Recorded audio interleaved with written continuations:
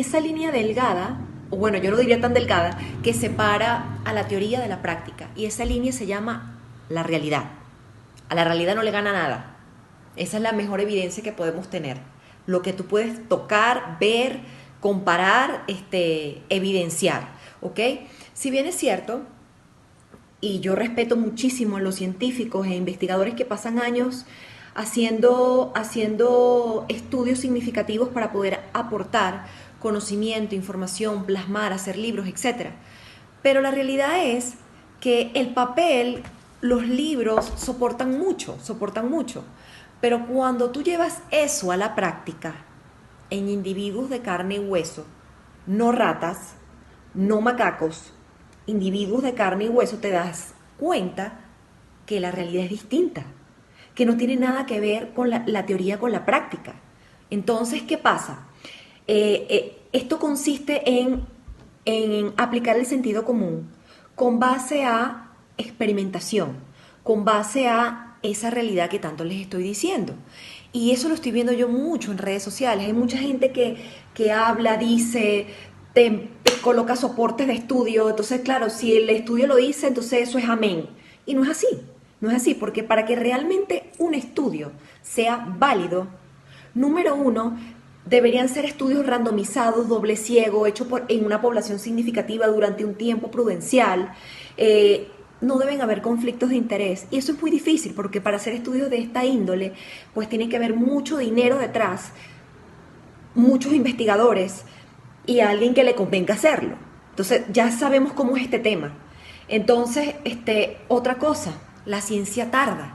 Ya lo hemos visto últimamente, o sea, en la práctica, en la realidad, sabemos que las grasas saturadas no son enemigos, sino son súper necesarias, son vitales para poder, por ejemplo, formar a partir del colesterol hormonas esteroideas, hormonas sexuales, las femeninas y las masculinas. Ya eso lo sabemos. Estamos cansados de verlos, de experimentarlo, pero la ciencia hasta ahora es que está lanzando los estudios.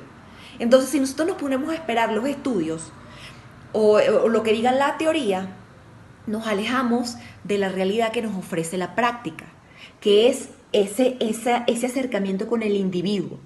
Recuerden que no somos ratones, no somos macacos, somos seres humanos. Y también experimentar en seres humanos ha sido muy complicado. Y sabemos que dentro de los seres humanos pues también ha habido mucho sesgo porque se hacen más estudios en hombres que en mujeres. Entonces, tener a ciencia cierta una realidad con base a la teoría es muy complicado. A eso me quiero referir. Entonces, aquí hay que apelar al sentido común, a lo que te funciona, a lo que no te funciona. Entonces, tú puedes hablar mucho, pero si no has practicado en ti y no trabajas con pacientes, no puedes hablar. ¿Ok? Esto es muy importante y puede tocar susceptibilidades, pero es la realidad. Y les voy a poner otros ejemplos. En teoría, los estudios avalados por farmacéuticas nos han dicho que el colesterol es el enemigo, sobre todo el LDL es el colesterol malo por las placas de ateroma. Si bien es cierto en la teoría, las placas de ateroma sí están formadas por colesterol. Pero en la práctica tenemos que saber que el colesterol no es el enemigo, sino que es un simple bombero que está apagando el incendio generado por la glicación, generado por la oxidación que a su vez se desencadena por malos hábitos de vida, por no hacer ejercicio, de repente por el tabaquismo, por el alcohol, por llevar una vida y un alto consumo de carbohidratos, azúcares que generan que haya esa glicación, es decir, que se unan esas moléculas, la glucosa se una a proteínas y se formen estas partículas de muy baja densidad que son pequeñas y pegajosas, que son las que producen esas placas de ateroma que si se rompen generan problemas cardiovasculares, accidentes cardiovasculares, ¿ok? Entonces hay que ir un poquito más allá. Luego en la teoría, los estudios nos han dicho que la osteoporosis es porque no consumimos lácteos, porque no consumimos queso ni leche y tenemos un bajo consumo de calcio, ¿ok? En la realidad hemos visto que poblaciones que no consumen en su vida nunca lácteos, como por ejemplo en Japón, son las poblaciones que menos osteoporosis tienen. pero son las poblaciones que más ejercicio hacen, que más se mueven, que no tienen procesos de desmineralización interno, ¿ok? Y por lo tanto no pasan por problemas de osteoporosis. Hemos visto que mientras más lácteos consumes, mientras menos te mueves, mientras más carbohidratos consumes, hay más chance de que generes osteoporosis, ¿ok? Porque el hueso no se ve obligado a mejorar su densidad. Entonces, una cosa es la teoría y otra cosa es la práctica. Otra cosa, por ejemplo, nos han hablado a través de libros inclusive, el libro este de las zonas azules de Dan Bettner, creo que se llama, nos hablan de 5 zonas azules, pero hay muchas más poblaciones longevas. Por ejemplo, aquí mismo donde yo vivo, en Ecuador, hay una población muy longeva que son los larones, que los han estudiado porque tienen un polimorfismo en donde tienen una falla en el receptor de la hormona de crecimiento, son personas enanitas, pero que viven muchísimos años, jamás desarrollan cáncer, jamás desarrollan diabetes y casi no se han hablado de ellos. Y así en Italia y en otros países también, inclusive de Latinoamérica, hay otras poblaciones longevas, pero no hay estudios que avalen teóricamente que eso existe, pero lo hay. Entonces, también allí reza el dicho que ¿cómo se llama? La ausencia de evidencia no es evidencia de ausencia. O sea, si nos esperamos a que lleguen los estudios y por ende la evidencia científica, entonces nos quedamos prácticamente en la parálisis por análisis y no debe ser así. Entonces, son cosas que hay que poner en balanza, hay que sopesar las cosas.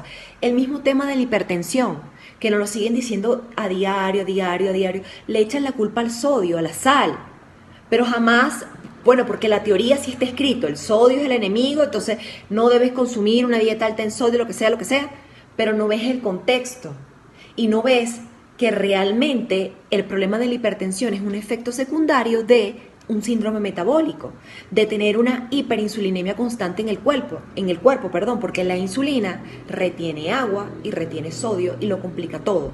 Entonces es muy reduccionista echarle la culpa nada más al sodio, porque el sodio es un ion, un mineral que es vital para los impulsos nerviosos, para las conversiones enzimáticas del cuerpo, para la contracción muscular, o sea, para muchas cosas. Entonces es reduccionista simplemente irnos por lo que diga la bendita evidencia científica, la teoría y los papeles.